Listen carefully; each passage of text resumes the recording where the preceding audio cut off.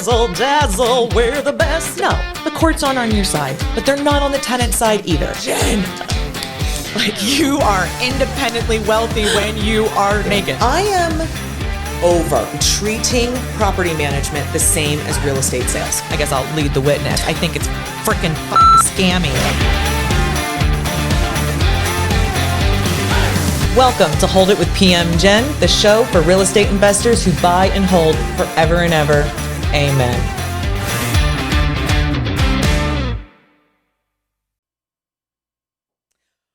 Welcome to the first ever episode of Hold It with PM Jen.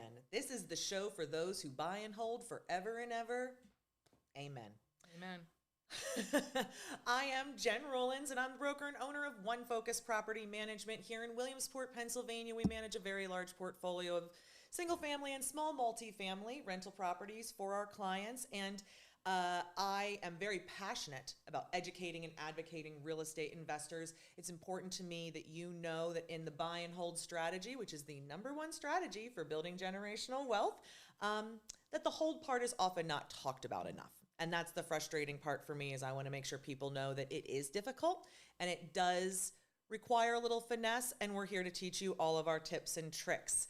And in today's first segment, I'm calling Hold the Phone. I want to introduce my guest, Jessy Ruelens. She is the Director of Operations for One Focus Property Management, and more importantly, my one and only sister. We are less than 2 years apart in age. There's just the two of us, and we were raised in Lancaster, Pennsylvania by our parents, and we now live on the same block in Williamsport, Pennsylvania, and we work together leading the strategic direction and operations of One Focus Property Management. Jessy had a career in architecture and engineering prior to coming into property management, and maybe she's going to share a little bit about that with us today. Jessy, thank you for joining us. Oh, happy to be here. My boss told me I had to. I was just going to ask, Did you have a choice? It's like a yes, no, yes, but more no than yes. Okay. Well, tell us about your role at One Focus Property Management. What is it you do there?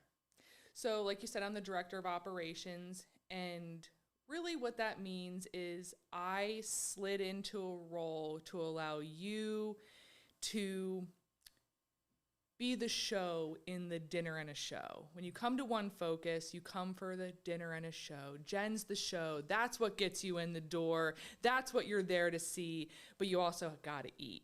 And I'm the little chef behind the scenes, doing the paperwork, leading the team, overseeing the middle management ranks, and driving that operational efficiency, driving revenue for our owners, reducing risk day after day, and ultimately bringing a level of sophistication to property management in our region, the likes of which have never been seen.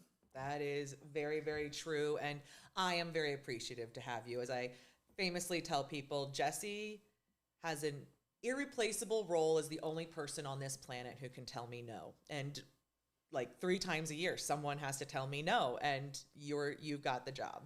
And I did them all already today. I used all 3 chances.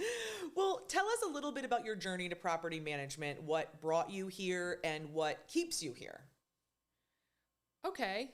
I fell into a role writing proposals for an architecture and engineering company after college.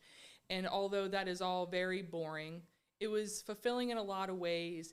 It led me to build a career in management and really developing my professional communication and writing skills. Those are all things I was doing professionally that would lead me to an ability to ultimately run One Focus. More importantly, I started that career while living with a property manager, you. And what I spent 15 years in engineering doing was being the most. In these fairly large companies, I was the most. I was the biggest personality. I was more than they ever wanted to bite off and certainly couldn't chew.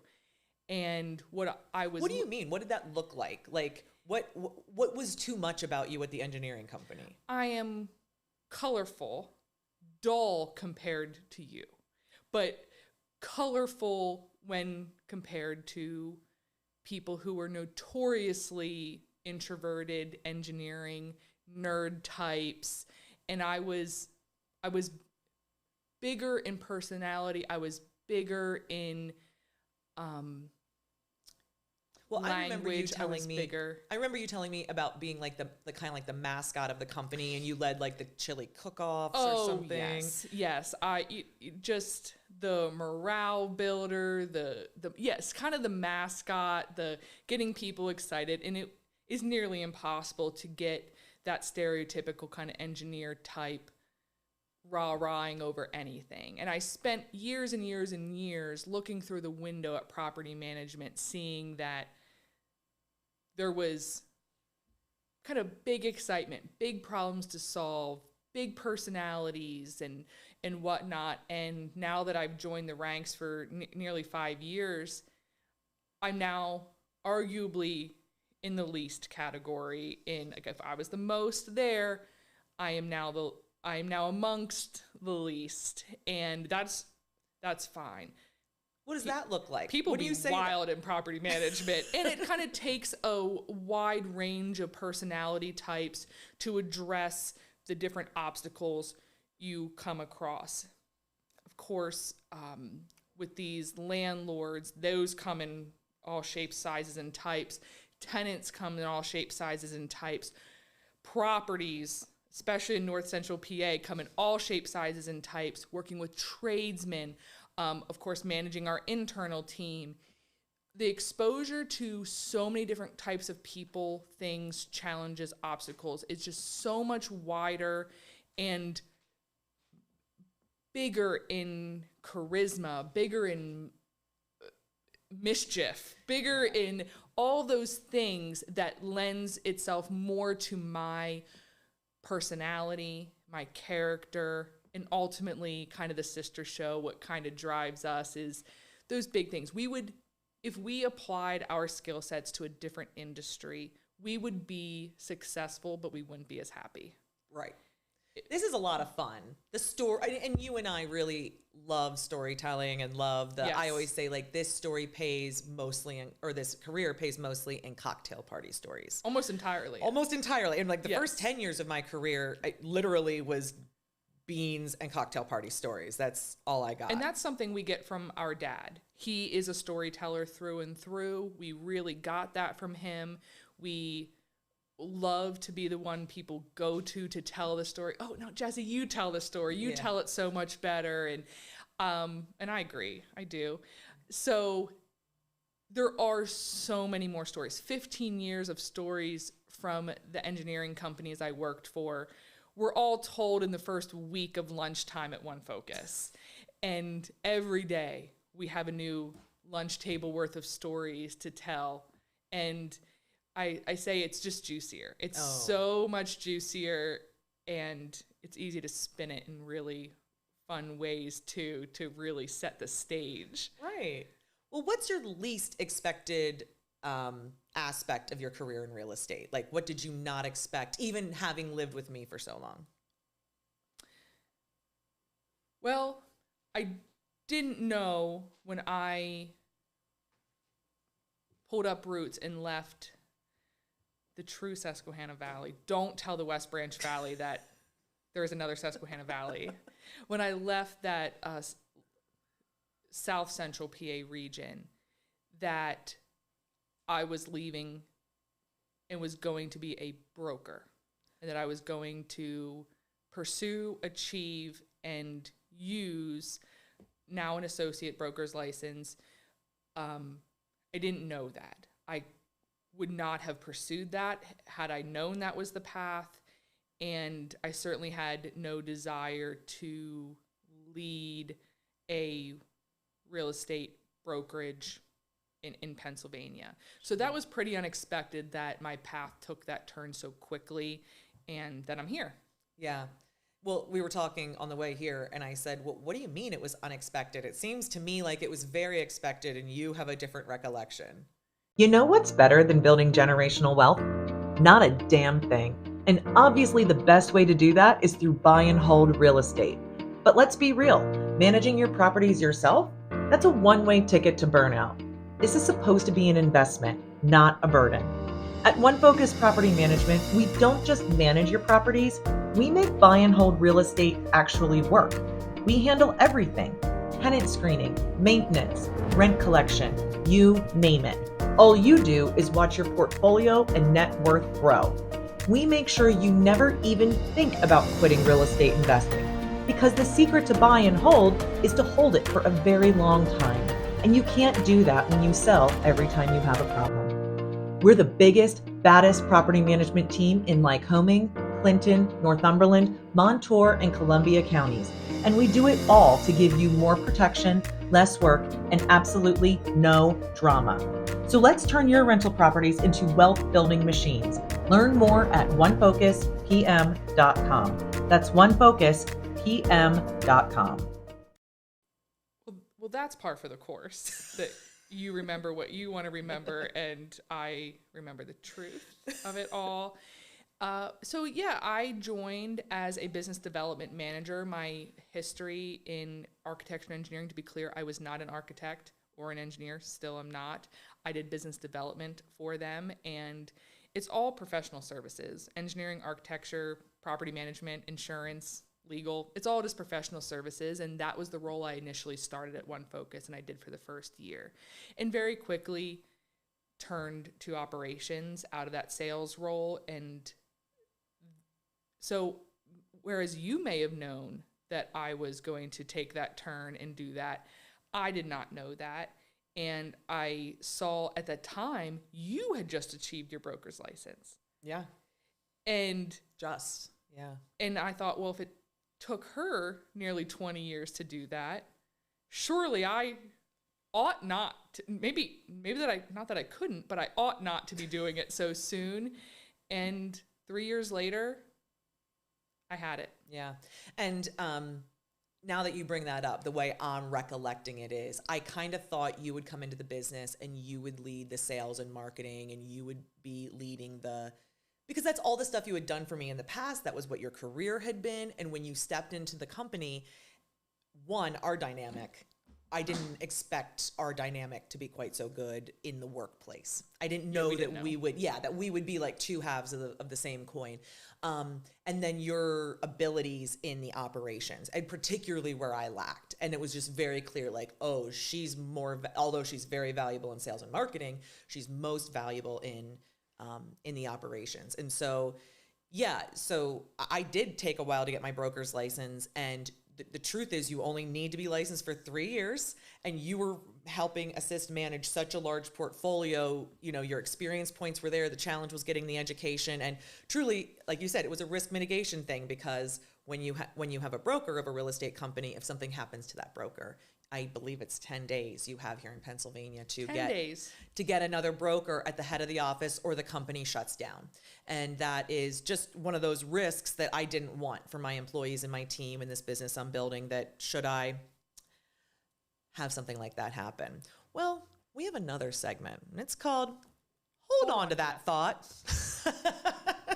And it's where we get to address our listener questions and react to their comments. But full disclosure, first epi. So I'm bringing in a ringer, one we get asked all the time. When you and I go to a networking event or something like that, people come up and they want to know what's going on in the market and things like this. And so today I want to ask you to let me know, what would you say are the strengths in this? No, you know what? I take that back. We're going to start with weaknesses so we can end it on a positive. What are the weaknesses in our market? If we just look up here, Lycoming County, Clinton County, and we're down in that Northumberland, Montour, and Columbia a bit too. Truly, we call it North Central Pennsylvania. Sorry. So weaknesses in this market. Our weaknesses, I think when people ask us the question of what are the strengths and weaknesses of our market, what they think they're asking us is, tell us about the interest rates, telling us what the real estate prices are doing. Yeah, is there jobs? Are people moving here? They think that's what they're asking. But what I am interested in portraying to them is the strength of the North Central PA real estate market is that it is achievable to own real estate investment real estate in North Central PA without already having the generational wealth, without doing even creative financing schemes. Real estate is affordable here in North Central Pennsylvania. You can get into single family and small multifamily very affordably while working an average income job, while owning your own home, while raising a family.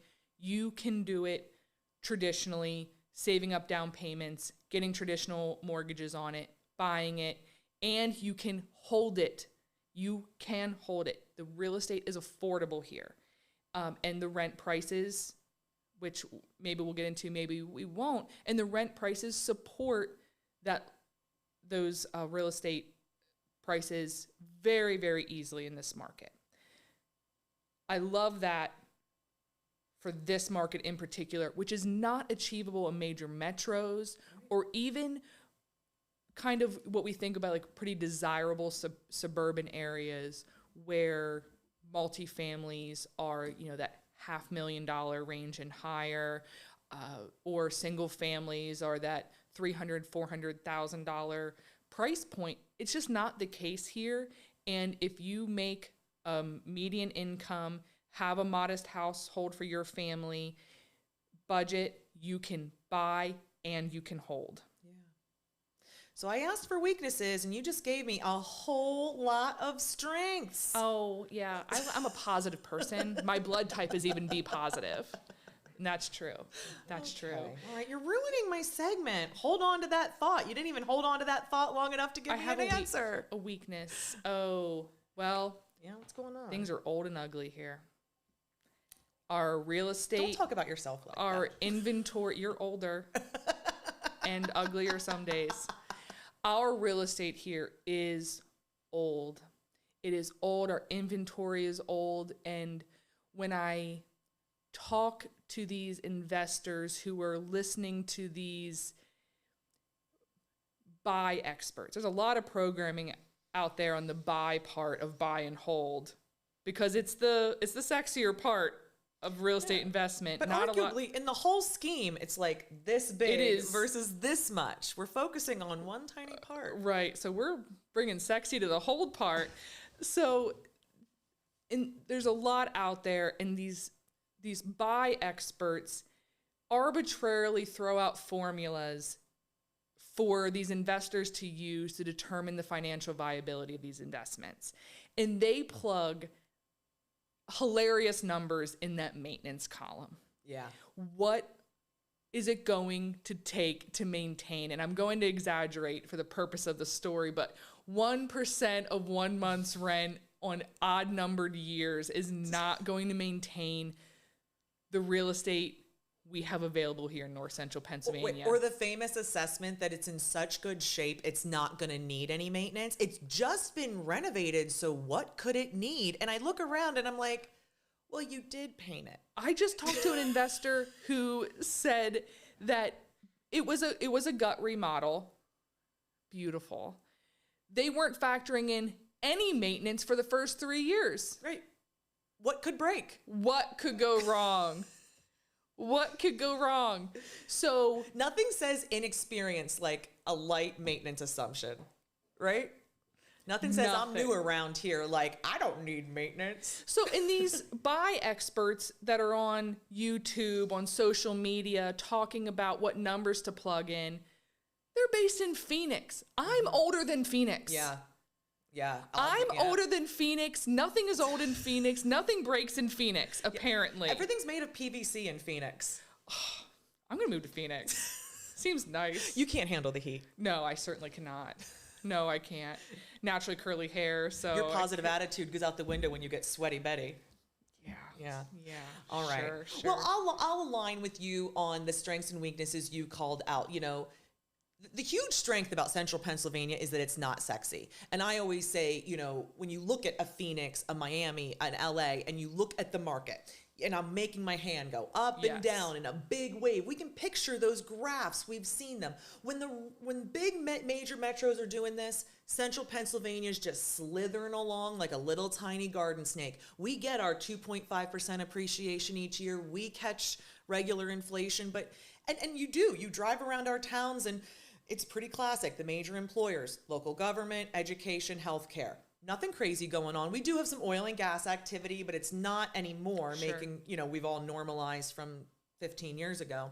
So what I love about it is it's stable. I'll tell you, well, our mutual friend, we have a friend from college, her name's Nicole, and she has a big fancy job as a law partner in a Manhattan law firm, and she makes the associated paycheck with that, right? And she and her partner own their property in Manhattan, which is wonderful and sexy real estate, of course, New York, Manhattan real estate. They've bought the kind of like mansion or estate property in the Poconos where they go to on the weekends. How very sexy, wonderful place to put their, also we hope to go there and enjoy the hot tub. They just purchased another a vacation rental in beside a ski resort in Montana. 6-bedroom Airbnb. And where do they go next? Right. And so we're talking, and she's talking about her goals and growing real estate, investments and things. And I'm talking about my goals. And I said, girl, you're done buying sexy real estate. You're done. You need some brick 4 units in Bellefonte, PA. Like you need to be, because when you go to those markets, those cap rates, people are getting jacked about 5 or 6%. And I just pulled the last 2 years of market data for a project I was doing. And here in central Pennsylvania, in my market territory, 11% is the average cap rate multifamilies are trading. And these multifamilies are full of deferred maintenance. They're being run inefficiently. There are gains to be gotten. And Yes. we know at One Focus, we grow value and the associated cash flow by about 20% on average when a client either comes to us being self-managed or they purchase a self-managed property. And so that opportunity gets me really, really jacked. But the weaknesses here are that the properties are old, and that takes a certain level of sophistication that your average beginning investor doesn't bring or appreciate until they've messed up too much. And I always say the average investor is going to lose the average male investor is going to lose about $20,000 on a small multifamily before they'll reach out to a property manager for help. My female clients are calling me before they ever walk a door to look at it to buy. You've heard it 1,000 times. Your network is your net worth. But what are you actually doing about it? See, the most successful people I know dedicate time and money to growing and strengthening their networks. And I don't mean by joining Facebook groups and posting that you're looking for deals. Here's a tip: that doesn't work. You have to be in person with people who share your interests and be willing to help each other. At the Williamsport Area Real Estate Investors Meetup, the largest in the region, we do just that. We're focused on making sure you meet people that help you achieve your goals. This isn't one of those events where speakers pitch you their overpriced courses or books. Nope. We bring in legit experts to drop actual value, and it's totally free. For now, but don't hold me to that forever, because this is too good and the room only holds so many. Get the dates, times, and speaker lineup at holditwithpmgen.com. That's holditwithpmgen.com, and I will see you there.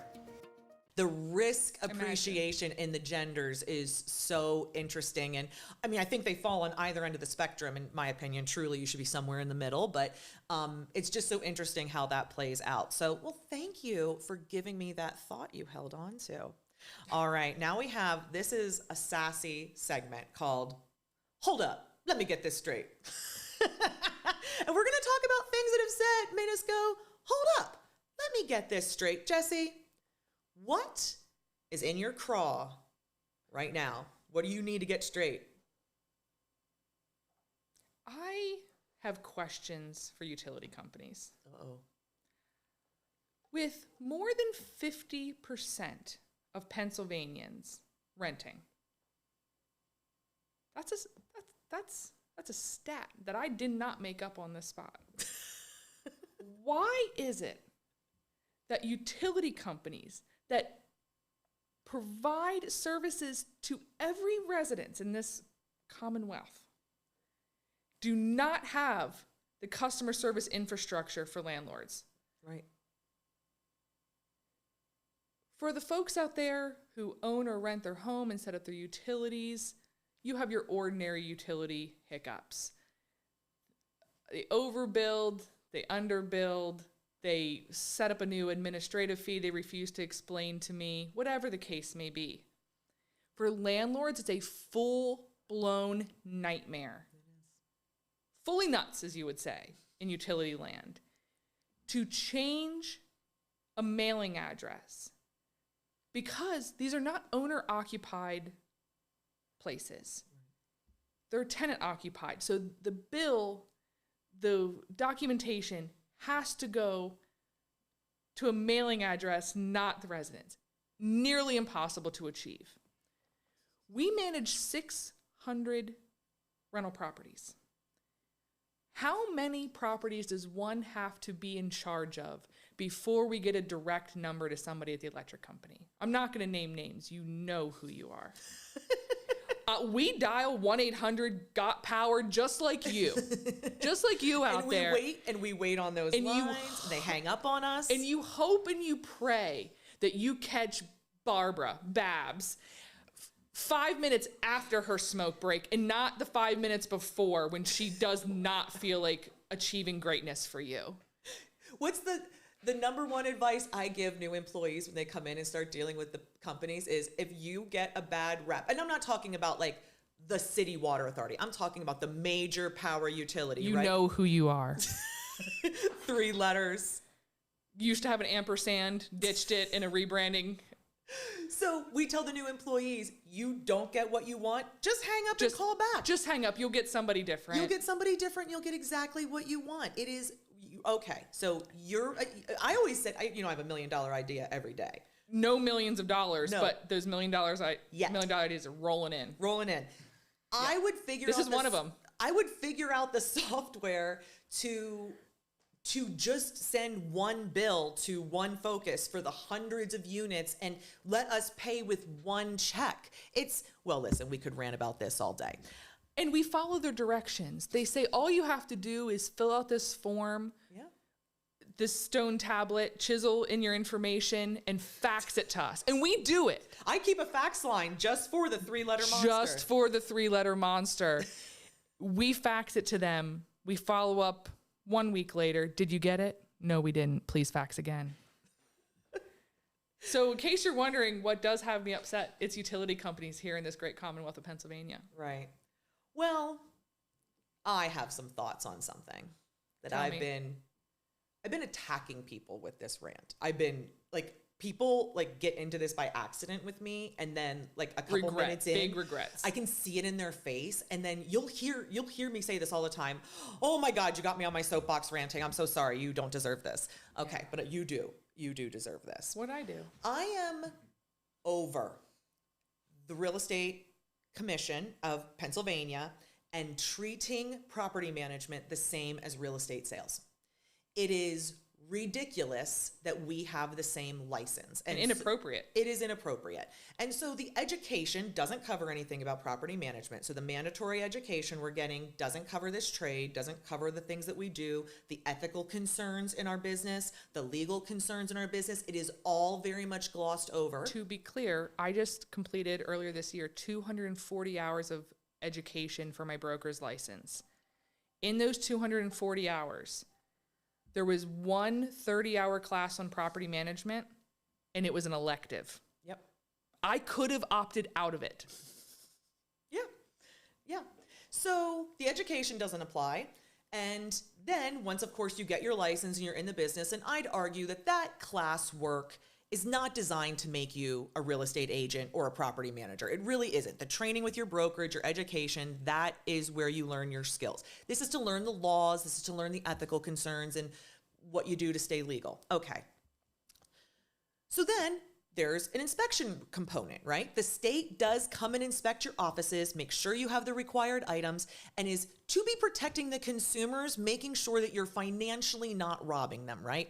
Okay, so I hear about it all the time. The state's coming, the state's coming, the state's coming. It's the same guy that inspects whether or not you're changing your barbicide at your barbers, making sure they're cleaning their combs. Yeah. Same inspector. It's the same retired New York City cop who moved to the Poconos and now drives around in a company car doing this. I've met them all, okay? And so they come around and they say, let me inspect your trust account, which first of all is preposterous. I need 2 trust accounts in property management. You can have just 1 in real estate sales, but in property management, I have 2 because I have owner trust funds and I have tenant trust funds. So, okay, I didn't argue with him. I'm trying to pass, right? So he goes, let me see your trust account. So I go, what do you want to see? Do you want to see like the third-party reconciliation report from the accountant? Do you want to see the bank statement? He goes, the bank statement. Okay, print it off. It's literally 1 page. In my case, there's about $500,000 in there at any given time of tenant security deposits. And there's maybe 15 to 20 transactions because we only put in when we move somebody in and take it out when we move them out. So it's pretty clean.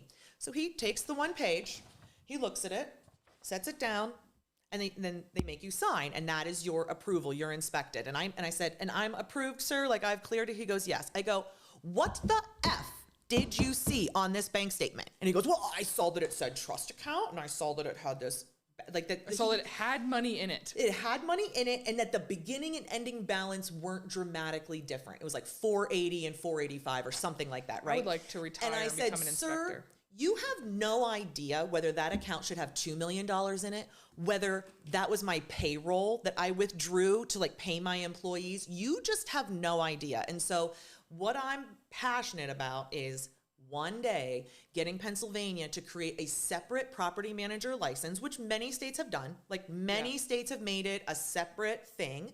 And more specifically, I want to see consumers protected with better financial investigations. And so I think instead of sending these inspectors to our offices and expecting them to do some sort of financial review, we should be requiring our property managers to, 1, have true trust accounts, not a requirement in Pennsylvania. I, of course, have a true trust account, which, by the way, is important because if I do the big, horrible, terrible thing and I take off with that money or I do something and my accounts get frozen, that's not my money.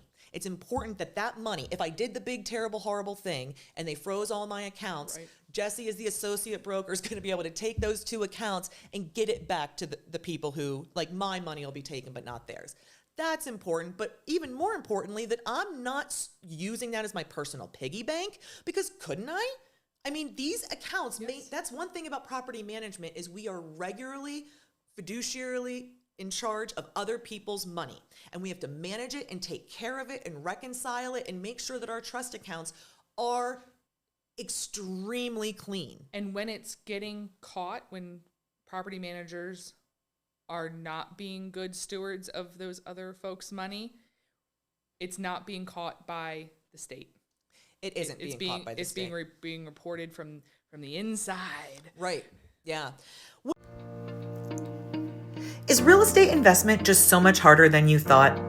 I know it seems unfair, but, and I say this with love, that's what the money's for. Taking the risk and figuring out the problems. And if you do it well, you are handsomely rewarded. Lucky for you, I've got 2 new events lined up that will change the game for you. First up, deal tours. Imagine spending an entire day with me, walking through multifamily properties available for sale, off market of course, breaking down the numbers and figuring out how to stabilize and add value like a pro. I am making that dream a reality, and whether you're actively buying or just sharpening your skills, this is where real investors learn to win. First one is in spring 2025. And this fall, the Buy Better, Hold Better Summit. One day, top-tier education, industry experts with experience in the North Central PA market who actually know what they're talking about, and the connections you need to make your investment success possible. Think of it as a masterclass in buy and hold real estate. Additionally, the room is full of people doing the same thing as you, so you can build that network with little effort. Don't forget, for the 4th year in a row, we are hosting our Williamsport area real estate investor meetups every other month in Linden. Want the inside track? Of course you do. Go to holditwithpmgen.com and register for event updates. And while you're at it, follow me, Hold It with PM Jen, on Facebook, TikTok, LinkedIn, and YouTube. Helping real people grow real wealth with real estate. Well, our final segment, we call it Hold My Drink. We're going to tell a good cocktail party story because as we've mentioned, we have tons of cocktail party stories. And today, I want to focus on animals, and I specifically want to ask you to pretend you are at the lunch table at the engineering and architecture firm where you worked, and you're all eating your packed lunches. I remember you ate very boring, lean cuisines there. And I want you to tell them an animal story from your time in property management that you might get a little, rise out of them. With animals as the focus. Yeah. Way to focus me here. I think back to when I was learning about how we deal with neighbor-tenant conflict. My neighbor's not acting right. Act right. Your neighbor's big mad. Oh, tell them to buzz off. And then you're like, well, they want you to buzz off. Well, I want them to act right. And I'm like, you're in such a rock and a hard place with neighbors like that. Just adults who cannot manage their own conflict and still expect somebody to do it for them. And we have a lot of this multifamily housing, specifically doubles. In this market territory, those are side-by-side 2 units. And with that comes shared walls, shared spaces. And we had a neighbor who was accusing their shared wall neighbor of doing the most horrible thing on planet Earth, smoking marijuana. Yes. No. Yes, that's what they were alleging in there. Jessy. And they say, I cannot, my child has asthma. Sorry. My child has asthma and cannot stand the smell. Do something about it, property manager. And our property manager calls up the neighbor and they say, well, as you know, smoking in your rental property is a direct violation of your lease. And we have it on good authority that you may be participating in such activity, and we're coming to inspect. We're going to come see and smell for ourselves. We're going to send our best sniffer out there, and we have the sniffers in the office ranked. We do. We cannot send just any old sniffer to the sniff tests. It's a level 3 sniff. It's a level 3 sniff, and they say, we're not smoking marijuana. We're not scared. Come on out. So our best sniffer's on the case. She marches out there and she goes, you're very clearly enjoying marijuana in here. And they go, no, we're not. There's a family of baby skunks living under the porch. And this is not really an animal story, is it? It's a drug story masked as an animal story.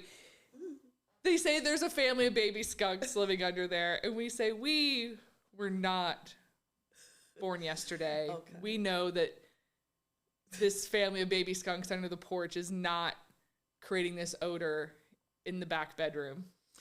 Yeah. And they did get a lease violation and ultimately cleaned up their act. And just last week, you saw the family of baby skunks. We encountered an animal which I had never encountered, hoped to never encounter, and here we are. My maintenance technician, who is arguably our most countryest of country boys, not scared of nary a wildlife critter. Nope. Catches them for fun and for money in his free time. Yep. Encountered a very nice double wide trailer modular situation, block foundation sealed up, and he has to go under crawl space to investigate a plumbing leak. The tenant is reporting low pressure, suspected leak. He's got to get under there. He finds a 6-foot black rat snake at the crawl space entrance. No problem. Casts it aside. He gets under there and he hears the telltale sound of the timber rattlesnake. And he says to himself, I must be hearing things, follows upon us, it's rustling leaves, and continues to go under. And then he sees the approximate 4 to 5 foot timber rattlesnake. And he says, this is not for me, not on my belly, not today. And he crawls back out. He calls me. He says, what do I do? I don't know what to do. I don't know why he thinks I would know what to do about it. And he was mostly concerned for the tenant, and the tenant had a dog, and this is a country property, and the dog is probably let outside off leash. It was a very good golden retriever boy. And he just wanted to know, what do I tell her? Do you want me to tell her anything? He doesn't want to frighten her if he doesn't need to. Anyway, the tenant is fine. We're good. And just for everyone, within 24 hours, the Fish and Boat Commission will send out a very enthusiastic officer to crawl right under there. They did not find it. Full disclosure, we still have not found the rattlesnake, but have determined that it's not still currently under the house and it has gotten a little cooler. So hopefully the rattlesnake has moved along. Well, most importantly, how's the water pressure? Well, we sent the technician back, but this time with a buddy. That was your big plan on Tuesday, wasn't it? Like, safety first, you go with him. You go with him, dial 911, hover over the one, tie a rope to his foot, whatever you need to do. It's Friday and they're still both coming to work. So I think it went great. I think so. Yeah, okay. I think so. But Fish and Boat Commission, if you have encountered a protected species, there are very enthusiastic officers on duty starting at 1 p.m. on Fridays who will come out and take care of it for you. I have a good one about an animal, and it's like the motley crew of squirrels. It was a student rental. It's the 3rd floor, so like a 1st floor, 2nd floor, 3rd floor apartment. I know how floors of houses work. Right. Well, I didn't know. You're new. You're only like 4 years into this, so I just want to make sure. So 3rd floor, it's on the top, right? So it's got a flat roof, and the kids go on their winter breaks. So they're gone like 3 or 4 weeks, and one of the tenants comes back. It's a 2 or 3 girl apartment, and we have all the bedrooms locked individually. So this girl's there for 2 or 3 days. Fun fact, she can't smell at all. She can't smell anything. So she just kind of came back. She doesn't early. have what it takes to be in the sniffer. No, she couldn't get a job at One Focus. No. So she's there for 2 or 3 days. She's living her life. Her boyfriend comes over to like say hi, whatever. And he is coming up the stairs and he's like gagging. He's like, this smells so bad. He gets into the apartment and he's like, Brenda, like, what stinks? She's like, I don't know. I can't smell. I've been here for days. And he's like, something is dead in here. And so anyway, they look everywhere they can look, but they can't find anything. And there's the locked bedroom door of the roommate. And so I get the call because she has not come home yet. And they're like, something stinks in my roommate's room. You got to go. So again, I go in, use my key. Like, what am I going to find? It's a college girl's bedroom. So pretty bed, desk, everything is cute as can be, but it looks as though Motley Crue just had a party in there. Feathers everywhere, the comforters ripped apart, the window, the door, everything is gouged out. Something was trying to get out in the middle of the table. Like everything's knocked off the desk, the lamps on the floor. It was tossed. And in the middle of the floor is a squirrel entirely on its back, just dead. And there was a hole in the ceiling. There had been a leak. It had come down. It had opened up. Clearly a squirrel up in the attic falls down and is now trapped in this girl's bedroom with, and it pooped and peed just so much. It lived. Squirrel poop and pee for days and then died and stank. And I had to call this girl and be like, I know you're probably like getting ready to come back to classes on Monday. I have some rough news for you. We have to do some work in your bedroom, and it's just your bedroom has been tossed by a squirrel. And I never underestimate a squirrel ever.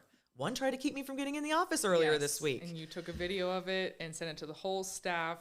I want you to get that to Fish and Game. I want you to make sure they know about this particular squirrel because he has an attitude problem. All right. It's the Fish and Boat Commission. Fish and Boat. Okay. Well, things have gotten entirely out of hand on Hold It with PM Jen. Thank you, Jessy, for being my first ever guest. And listen, tune back in, maybe. I don't know if I'm going to make another one. This is all just a grand experiment, but you can always follow me on TikTok and YouTube because I'm out there telling you how to make money in buy and hold real estate fearlessly. Thank you so much. You're welcome. Oh, I meant me. Oh, then I take it back. You ruined it. Always. Now we're out.